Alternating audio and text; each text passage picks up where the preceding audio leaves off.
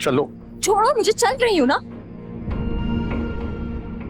ले, संभाले अपनी बेटी को और कोई तमीज सिखाए इसे। ये क्या तरीका जुनैद? कैसे जाहिल शौरों की तरह तुम अपनी बीवी के साथ बिहेव कर रहे हो? अरे कोई लड़ाई है, झगड़ा तो बैठ के सॉल्व करो, उल्टा और तुम उसे इस तरह बिगाड़ रहे हो। शुक्र करे मैंने इस पर हाथ नहीं उठाया, वरना जो घटिया बातें इसने आपकी जो रम्मी के लिए की थी ना, वही बहुत ही इसको 2 थप्पड़ लगाए घर से बाहर निकाल दिया जाए। एक्सक्यूज मी, ये लावारिस नहीं है। जब चाहे तुम और तुम्हारी मां से घर से पकड़ के बाहर निकाल दो। क्या ऐसी क्या बात कर दी थी इसने तुम्हारी अम्मी और मेरे बारे में? पूछे, बताओ।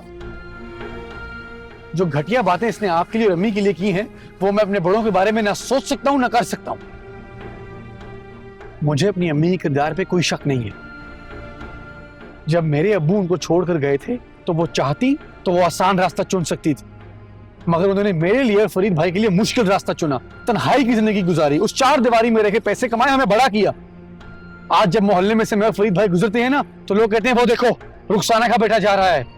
उस रुखसाना का जिसने ना कभी किसी के सामने हाथ फैलाया ना सर झुकाया। आपकी बेटी को घर छोड़ने आया था। इसकी तरबियत में जो कमी रह गई है, जब पूरी हो जाए तो आप इसे घर छोड़ सकते हैं आकर, वरना मेरा ख्याल है ये इधर ही ठीक है। अल्लाह हाफिज।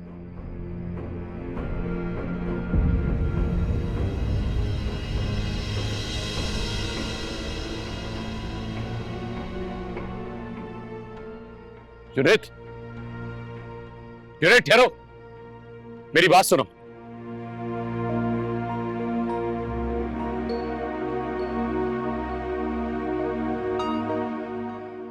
बेटा, मैं जानता हूं हमने ईशल की तरबियत ऐसी नहीं की जैसे रुखसाना भाभी ने तुम दोनों बेटों की की है। और जहां तक बात रुखसाना भाभी की है, तो उन पर तो शक का सवाल ही नहीं पैदा होता।